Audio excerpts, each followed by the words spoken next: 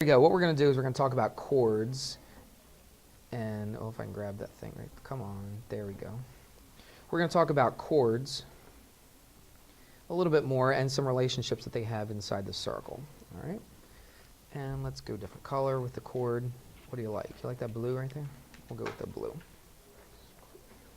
All right. All right. Oh, it made the circle blue. That's okay. It says, here we go, Theorem 10.2 says, in the same circle or congruent circles, two minor arcs are congruent if their corresponding chords are congruent. So what they're saying is this.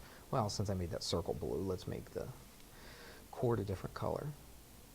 All right, so here's a chord, and I don't really care how long it is, but what I want to do is have equal chords here. All right, so on here, I'm just going to control, or copy and paste.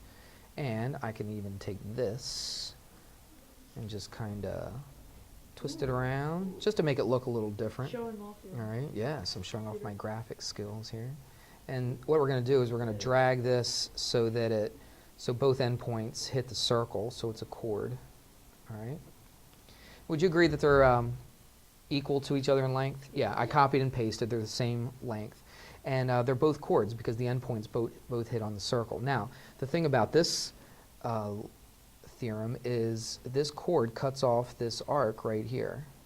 Oh, I was doing all right for a while. And then this chord cuts off this arc right here. Oh, okay, there you go. Now, what do you think, just kind of intuitively, what do you think is true about these two arcs that we've cut off right here? They're going to be equal arcs, exactly right. So if you wanted to, you could call this arc AB, and you could call this arc CD. All right, and so watch. If, it's kind of an if-then statement. It goes both ways, actually. All right, it says if and only if. When it says if and only if, when you ever see a statement like that in geometry, it goes both ways. So you could, you know how P, if P then Q? So if I said if, or P, if and only if Q. If I said something like that, some phrase, if and only if, it goes both ways. It means P then Q, if P then Q, and it also means what? If Q then P, all right? Just goes back and forth. So this basically is kind of like two theorems. It says if the chords are equal to each other, then, that's the P part, right? If the chords are equal, what must be true about the arcs? The arcs must be equal. And it goes the other way around, doesn't it? So what if this? What if that arc was equal to that arc? What do you think must be true about those chords? Then they're equal too. What we say is this. We shorthand it a little bit. We say equal chords have equal arcs. Do you hear me? Equal chords, you might want to jot that down. I'm not going to, but you can. Equal chords have equal arcs. And you could go the other way too. Equal arcs, what? Have equal chords. Does that make sense if I said that phrase to you? All right, so if I have two equal chords, then the arcs that they form are going to be equal to each other. I could do that one more time if I wanted to. I could copy and paste that one and then twist it around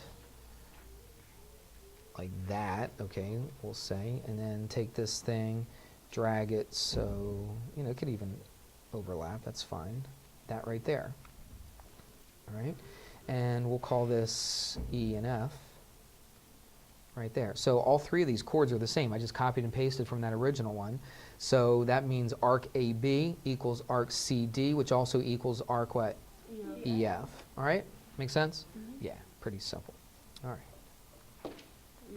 Okay, now we're going to go to another set of theorems, 10.3 and 10.4 in this book. All right? And what we're going to do is draw a diameter. Okay, there's a diameter right here. And what I'm going to do is draw another chord. Now, if I take this diameter, or you can even think of it as the radius. It doesn't have to go from the other side. It could just start from the center. If I have a diameter and a radius, and they're perpendicular to each other. So I'll tell you what I'm going to do. Let's try to make this as accurate as I can. So copy, paste, and then I can, let's see, right-click on that. And maybe do that. Rotate, what? I want it perpendicular. Rotate it 90. Yeah, 90. Did it rotate 90? Yeah, we'll see. Well, let's preview it and see if it did. Move that out of the way. Yeah, that looks like it's right, doesn't it? Okay, good. So now I have one. I'm going to have to change the size of it, but that's okay. Come on, grab it. There we go. So now it is perpendicular to that, isn't it? I might shorten it just a little bit.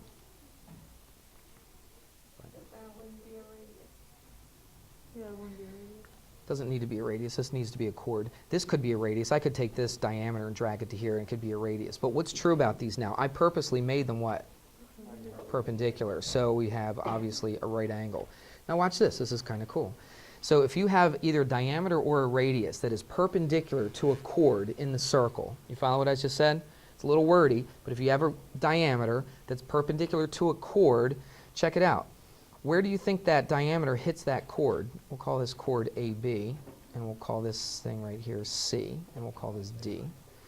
All right? Yeah, it does. It looks just like it, doesn't it? It looks like it hits it right in the middle. So you're absolutely right. So this and this are equal to each other, so it bisects it. It's exactly what it says. You can read the theorem word for word if you'd like. So this diameter, if it's perpendicular, then what does it do to that chord? It bisects the chord. Well, guess what else it bisects? Look, this is coming right here. See the arc AB? What is that diameter doing to arc AB, do you think? It's bisecting that. It's bisecting it, right? Not dissect, but it's, that's biology. All right, so that chord and that chord are going to be equal to each other as well. Now, this really comes in handy. We use this quite a bit. They give you several problems on this, and sometimes they get a little bit complicated, where you're going to take this kind of problem and make it even a step harder. They're going to talk about, hang on just a sec, they're going to talk about the radius and all this other kind of stuff. All right, now, here's something that I'm going to do. I'm going to teach the rest of this right after school today, and I'm going to put it on YouTube, okay? And so look at the rest of it. I could tell you what the assignment is right now if you want, but I'm going to teach the rest of it. I mean, you can look at the, that's fine. You can look at the, Bye-bye. wait, not yet, Tiffany, please. We're going to do numbers 7 to 23. It's section 10.3, and it's pages 705 and 706. Now, I'll go through the rest of it, and I'm just going to teach the rest of it, just not numbers, it's page. Okay? All right, so check it out on YouTube tonight, all right? And what's that? You can't get YouTube at home? Why not? We could use dial-up and it doesn't. Oh, you have dial-up? Yeah. What century are you living in? That's the one we got. Okay. All right. Well, try your best, okay? It's all in the book anyway. You can look in the book, okay, if you can't get it on YouTube. All righty. See ya.